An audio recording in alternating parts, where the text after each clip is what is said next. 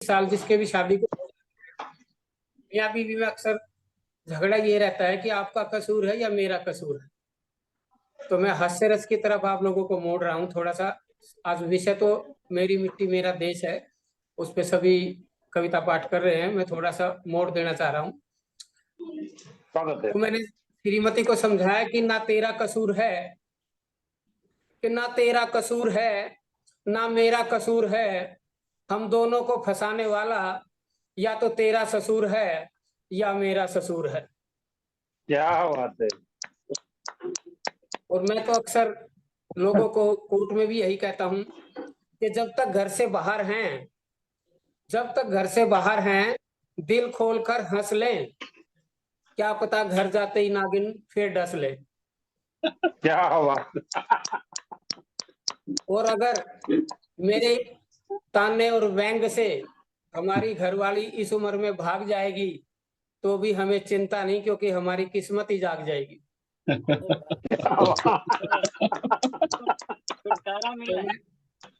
हास्य व्यंग पे आप लोगों को, अक्सर सभी लोग मकान बनाते हैं और शायद मकान के विषय पे हास्य व्यंग की पहली कविता हो, आप लोग ध्यान दें। अक्सर लोगों की बात रखता हूं मैं लोगों के दरमियान, अक्सर लोगों की बात रखता हूं मैं लोगों के दरमियान, और ये कविता उनको समर्पित है जिसने भी बनवाया नया मकान। क्या बात है। मुंह तो बंद कर लिया, मुंह तो बंद कर लिया मैंने, आंखें ली हैं मीच, और बुरी तरह से फंस गया हूं स्त्री और मिस्त्री के बीच। क्या बात है। स्त्री ने अड़ना शुरू किया, मुझे शुरू से ही नहीं बख्शा, और 3 महीने तक रिजेक्ट करती रही आर्किटेक्ट का नक्शा। वाह। मोटे मोटे आंसू बहाकर, मोटे मोटे आंसू बहाकर केकई को भवन में रोई, बोली अड़ोस पड़ोस में सबसे बड़ी होनी चाहिए मेरी रसोई। क्या बात है, क्या बात। फेरों के वचन सुनाकर उसने पत्नी धर्म याद दिलाया, और मैं चाहकर भी दशरथ की तरह ना नहीं कर पाया, मैं चाहकर भी दशरथ की तरह ना नहीं कर पाया, और मजबूरी में पूरी करनी पड़ी फेरों की कसम, मेरा कमरा तो नक्शे में ही हो गया था खत्म।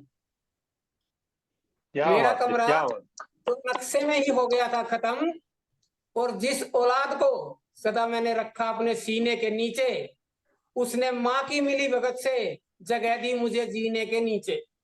क्या बात है, क्या बात है। माँ की मिली भगत से मुझे जगह दी जीने के नीचे, और इसके बाद चिनाई शुरू। फिर मेरी दोबारा किस्मत फूटी कि मिस्त्री मजदूरों को 2 टाइम चाय देने की मेरी ही ड्यूटी।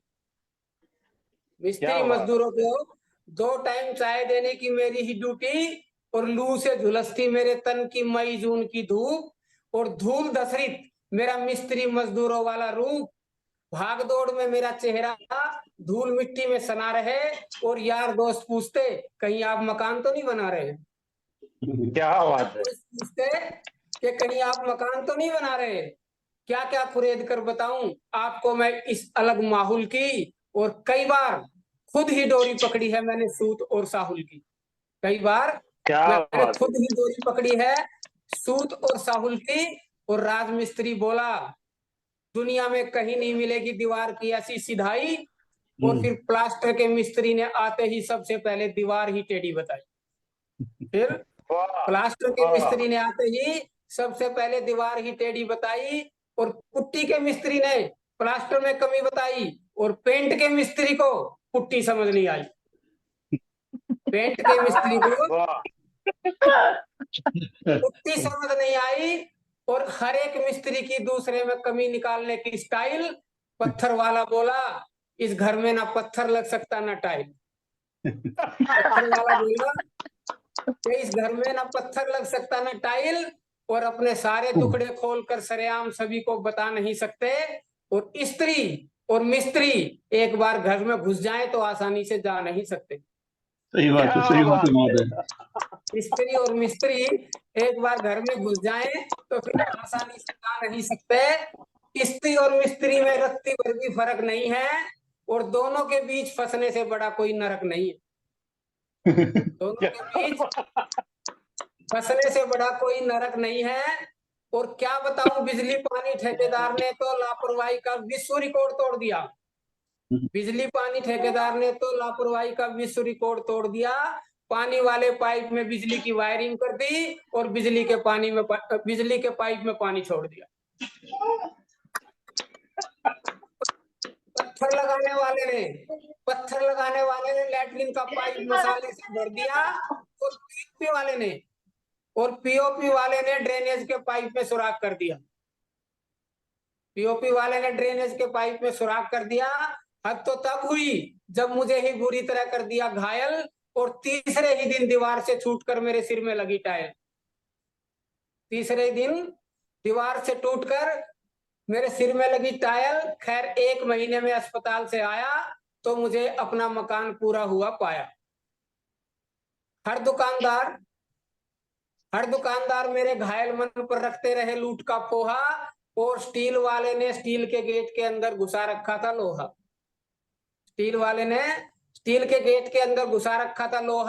सब दुकानदार बताते रहे अपने सामान को बढ़िया और पेंट के मिस्त्री ने कहा दिसंबर में मिली हुई है खड़िया।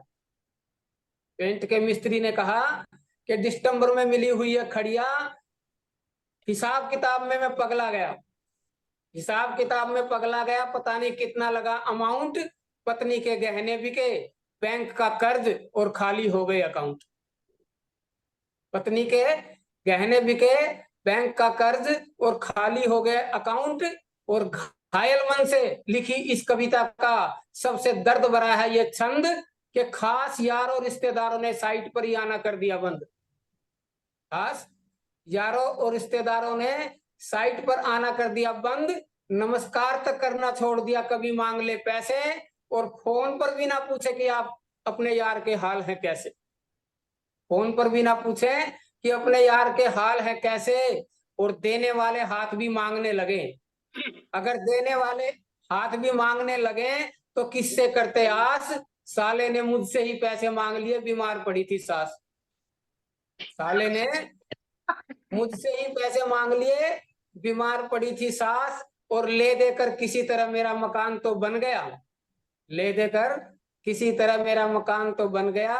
पर नक्शा मेरे मन को आज तक नहीं भाया।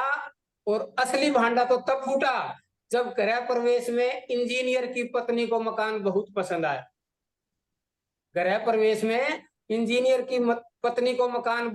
आया।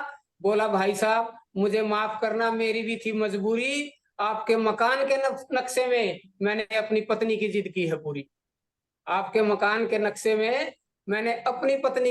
है पूरी। और पंडित जी ने 5100 में हवन करके कहा जी एक बात का अफसोस है।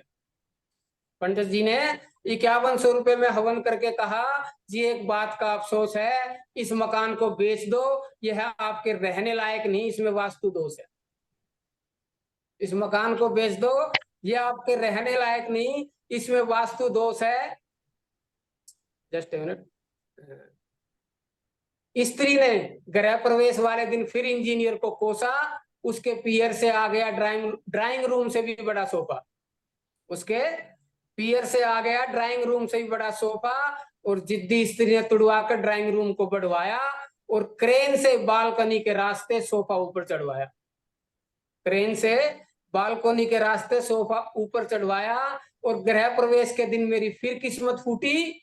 मार्बल के फर्श पर फिसलते ही मेरी कुल्ली टूटी।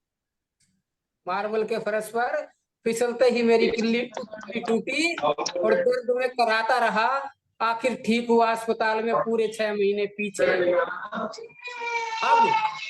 अब मैं पार्किंग में गेट के अंदर कुत्ते के साथ बैठा हूँ चैन से जीने के नीचे।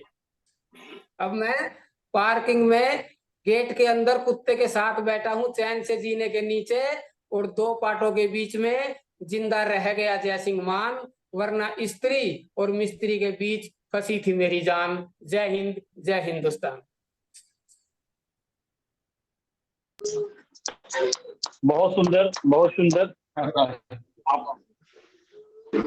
मुझे पहले ही पता चल गया कि पूरा 1 साल आपको मकान बनवाने में गया है और उसका पूरा जीवन ही आपने लिख डाला इस तरह से।